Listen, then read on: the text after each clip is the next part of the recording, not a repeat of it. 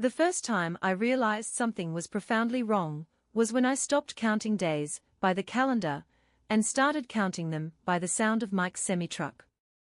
He would arrive, leave a few tracks of his heavy boots in the house, and then vanish on another long haul. I was left alone with myself, with the silence, with an invisible longing spread across the rooms, especially the kitchen. Our house stood on the edge of a quiet Midwestern town, where the maples rustled, and the summer air smelled of ripe berries. I was used to solitude, but not this kind. This was a peculiar emptiness, heavy and sticky. The kind that makes you talk to coffee cups, just to hear some kind of response. The phone annoyed me, it couldn't offer warmth. I needed something living, something real. Mike was a long-haul trucker. He worked 2 weeks straight, then came home for a couple of days and fell asleep almost immediately after dinner. I brought him food in bed, ironed his shirts, and tried to be a cozy harbor for him, but I felt like a ghost. I hung on him like a wet towel, clinging to every touch, every glance. Then one day, he casually suggested it. "Hey, maybe we should invite Ethan to stay for a bit, so you're not so lonely while I'm on the road." Ethan was his younger brother, studying at an agri-tech college near Rockford. He was a simple, easygoing guy with a plain face, but lively eyes. He showed up early one morning, smelling of mint and cut grass, with a box of seedlings in his hands. He fixed everything, the fence, the leaky faucet, even adjusted the frame in my bedroom. And something in me started to fix itself, too. The first time I truly felt it was a hot Sunday afternoon. He was digging in the garden, his back glistening with sweat, his shirt clinging to his skin. Every muscle was clearly visible beneath the wet fabric. I came out with lemonade, wearing a light housecoat, and simply froze by the doorway. "Need help?" he smiled, looking at me as if through the heat, as if I were the only person in the world. I didn't answer. I just stood there, and he understood everything. From that day on, there was something new in the house. We talked a lot about books, about childhood, about how hay smells after a rain. He listened to me, not with a distracted nod, but genuinely. I had forgotten what it felt like to be heard. One evening, a thunderstorm rolled in. The power went out, and I lit candles. We sat in the kitchen, drinking tea, and then he started laying out cards, teaching me to play euchre. I wasn't looking at the cards, I was watching his hands, strong, rough, but careful. When our knees accidentally touched, I didn't pull away. He smiled. "It's fine." I left my leg right where it was, feeling an internal pulsing from that single gesture. We didn't speak. Only the candle crackled, and the rain beat on the windowsill. Then my hand, as if on its own, reached for his. He didn't stop me. On the contrary, his breathing hitched. I felt the skin under my palm warm up, and his fingers tense. It was all slow, as if every second lasted an eternity. It was more intimate than any kiss, but we didn't say a single word. The next morning, I put on a dress, not for him, but for myself. A light floral print with a belt at the waist and white sandals. I felt alive. Even the cappuccino I brewed smelled different. Then the phone rang. "Sarah, is everything all right?" Mike's voice was cautious. "I'm coming home Friday. We need to talk." He was on speakerphone. Ethan froze by the fridge, holding a jar of honey. My lacy straps were slipping from my shoulders, and I knew he was looking. "What now?" he whispered. I took a deep breath. "We'll find a way to live. The most important thing is not to go back to where we don't exist." His eyes warmed. We both knew a new chapter had begun, but we didn't yet imagine the cost. After that evening, when the silent tension between Ethan and me, the kind that candles and cards could no longer hide, hung in the air, everything changed. He stayed, not just as a guest, but as a part of the home. And I didn't pretend it didn't matter. We ate breakfast together at the round table with cracked varnish, the table where I used to eat alone. He ate heartily, with the hunger of a young, strong man. And I found myself often making him oatmeal with caramelized apples, adding a pinch of cinnamon. He said the smell reminded him of childhood. I liked watching him eat. I enjoyed seeing him sprawl on the old couch in a t-shirt and sweatpants, throwing one leg over the other, listening to me complain about the neighbor, or reminisce about school.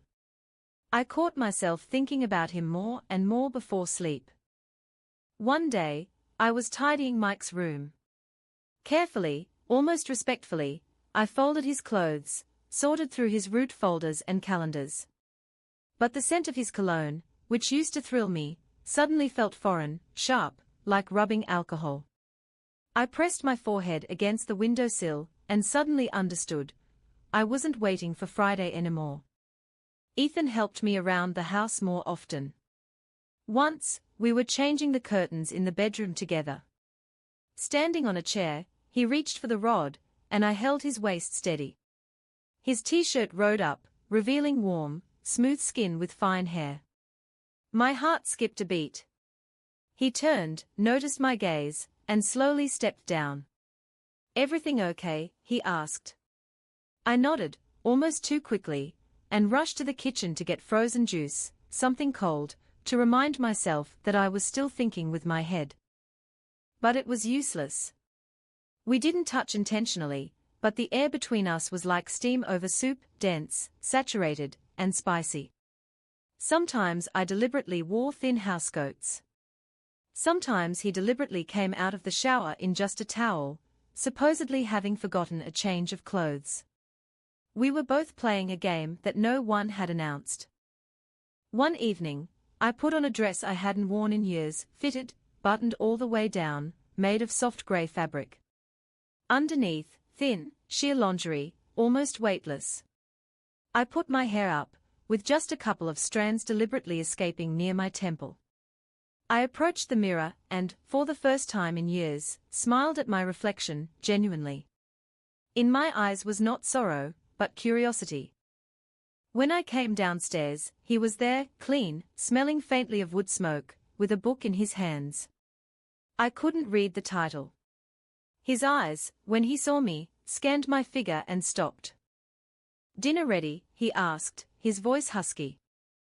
"Are you hungry?" He nodded. But we didn't go to the kitchen. I walked past him slowly. His hand barely brushed my back. The warmth shot through me like a spark. I stopped, turned, and looked him directly in the eyes. He stopped, too. No words, just breathing a little faster than usual. And then he took my hand, firmly, as if afraid I would change my mind, and led me up the stairs. Nothing happened that night. We just lay down next to each other, on my bed. He was in his t-shirt, I in my lacy nightgown. Our bodies didn't touch, but our breath merged. He asked, "Do you want me to stay?" "You already have," I whispered.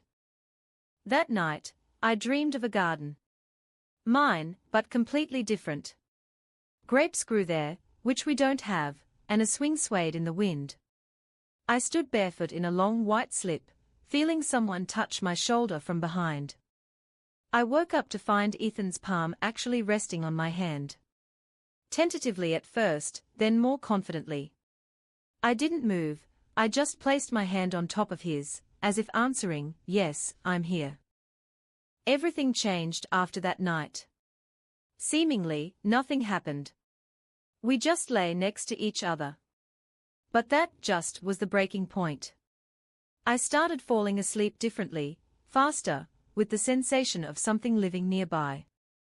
And waking up softer, with a slight tremble in my stomach at the thought, he's still here.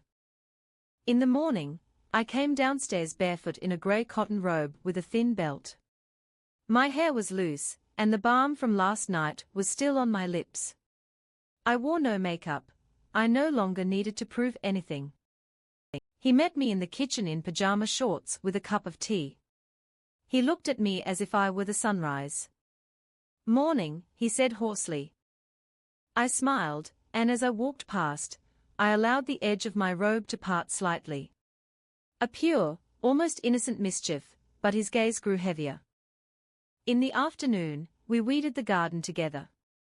I deliberately wore a sundress with an open back and rubber boots, trying to feel like a girl again. He constantly handed me tools, and each time our fingers brushed. Sometimes I felt him linger his hand on mine a little longer than necessary. At one point, I sat down right on the grass, fanning myself with my sun hat, and said, "When you think about it, you know me better than your own brother does." He paused, looked at me seriously. "I see you. And I didn't need 5 years for that." That evening, we played euchre again. This time, I lost on purpose just to hear him laugh. We sat on the floor, the candles flickering again, just like that first time. I allowed myself to be bolder. I put my feet up on his knees, smoothing out my skirt. He didn't remove his hands. He placed a palm on my ankle and began to slowly run his finger up my calf. I held my breath. When our eyes met, everything was clear without words. I leaned towards him slowly. He met me halfway. The kiss wasn't messy.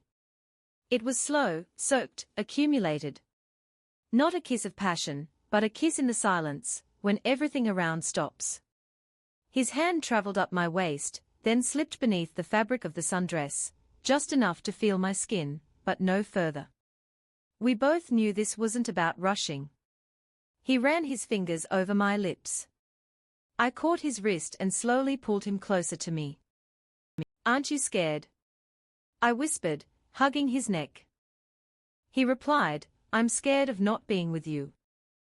I held him tighter. The night felt like a dream. I lay beneath him in my lacy nightgown, which had slipped from my shoulders, and he touched me as if it were a ritual. Our movements were quieter than the rain, softer than the wool of my old blanket. I felt desired, not as a wife, not as a hostess, but as a woman. When it was over, we lay intertwined, listening to the clock downstairs strike 3 a.m. At some point, I laughed, realizing I had simply forgotten I could be like this. He kissed my temple. "You were always like this." No one was just looking. But in the morning, as always happens when happiness invades routine, a text came from Mike. 3 simple words. "I'm coming early." I stopped breathing. The phone trembled in my hand. Ethan approached and saw the message. His eyes faded. "How soon?" he asked. "Tomorrow." The silence became thick, like honey. I sat on the windowsill, next to the jar of that same honey we ate on our first night with the candles. I touched it with my finger, licked it, and the taste was different. No longer sweet, but tinged with betrayal. "Maybe you should tell him," he forced out. I shook my head. "Not yet. I'm not ready. But you have to leave today." He clenched his fists. "Are you serious? After everything?" I looked away. "I don't want him to know. Not like this. This isn't about you. It's about me. I'm just afraid." He approached, ran his finger along my chin. "I won't go far.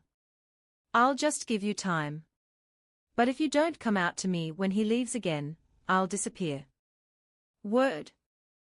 He drove away at dusk, without slamming the door. I was alone again. But I was different. Mike arrived in the morning. As usual, dusty, tanned, in a grey t-shirt with the logistics company logo, and a tired look in his eyes. The truck stalled right by the yard, and I heard it like a blow. I went outside in a knit cardigan over a long black nightgown, to hide my trembling knees. He kissed my temple, as if there had been nothing between us, no separation, no prolonged silence.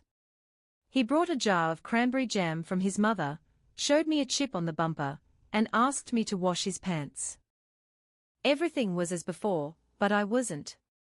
"Lara, you've gotten so warm," he asked during dinner. Are you sick? I looked up from my plate. No. Just living, I guess. He smirked, not grasping it. On the table, borscht, checkered napkins. Our usual rituals. But between the sips, there was silence. He didn't feel anything, or he didn't want to feel anything. I noticed I stopped sleeping. I just lay next to him, like a misplaced pillow. He would turn his back to me, snoring, and I would stare at the ceiling, thinking of Ethan. Where is he now? Is he sleeping alone? Is he thinking of me? I didn't believe it myself. One night, I took the very shirt I had slept with him in from the linen drawer. I held it to my face. Its scent still lingered. I hid with it in the bathroom and just sat on the floor, clutching the fabric to my chest. My heart ached. During the day, Mike was tinkering with the fence, which, ironically, Ethan had already fixed. Who did this work? He asked, squinting. Me, I answered, immediately regretting it. Too sharply. He looked closely at the boards, then at the porch, where there were also fresh nails. Did you call someone? I turned away. It was the neighbor. Helped a couple of times. That's all. He didn't say anything, but was quiet during dinner. I felt his suspicion hang in the house like dust on a lamp, but he didn't investigate. Fatigue and habit proved stronger. The real shock came on Friday evening. I caught him with my phone in his hands. He was standing by the window, pale. Sarah, who is this texting you? Missing your voice. And why aren't you answering? I froze. Breathing became difficult. It's not important, I managed. It's Ethan, he raised his voice. Was he here? In this house? I was silent. God, he exhaled. And I, like a fool, brought you honey. I couldn't sleep, thinking you were lonely, and you. He threw the phone onto the couch, walked past, and slammed his palm against the doorframe. A nail fell out, like a gunshot. I stood there, hands clasped. My robe was slipping from my shoulders, but I didn't fix it. Not out of shame. I just didn't care. He stopped. Were you with him? I didn't answer. So you were. His voice dropped to a whisper. Now what? We sat at the table. He drank whiskey, I drank water. He was trying to understand. I was just trying to survive. He began. I know I was gone. But you should have waited. This is us. Us? I looked up. And when was the last time you asked me who I am? Not a wife, not a housekeeper, just a person. He turned away. Tears were stuck in my throat, but I didn't cry. Is he gone? Mike asked after a pause. No. He's waiting for me. Another pause. Mike stood up, lit a cigarette. Then go. Just don't pretend it's because of me. You chose this. He just showed up when you were already at the edge. I nodded. I know.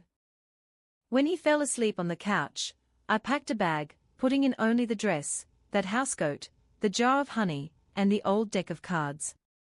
In the mirror, I looked different, not younger, not brighter, just real. I left the keys on the shelf. On the table, a note. You said the road was your home, and I decided my home is warmth. You can't always live in the cracks. Closing the door behind me, I breathed in the night air. Ahead was the bridge, the turn, a new life. But I didn't yet know how it would end. I didn't know where I was going. I just walked down the road with a bag in my hand, as if my whole life now fit into a few pounds of fabric and honey. Something wild and unfamiliar pounded in my chest. Perhaps that was freedom, the kind that pricks from the inside first. Soon, I found myself at the bus station. An old bench, a peeling booth where the dogs always slept. I bought a ticket to Cedar Falls, where Ethan once had a grandmother. I remembered him saying that 3 enormous cherry trees grew in her garden, and the air in the mornings smelled of damp earth. I decided to go there. Even if he wasn't there, at least I would see that air. I arrived in Cedar Falls by evening. The proprietress of the old motel checked me in without question, handed me a key with a wooden tag, and advised me not to go out after 9 p.m.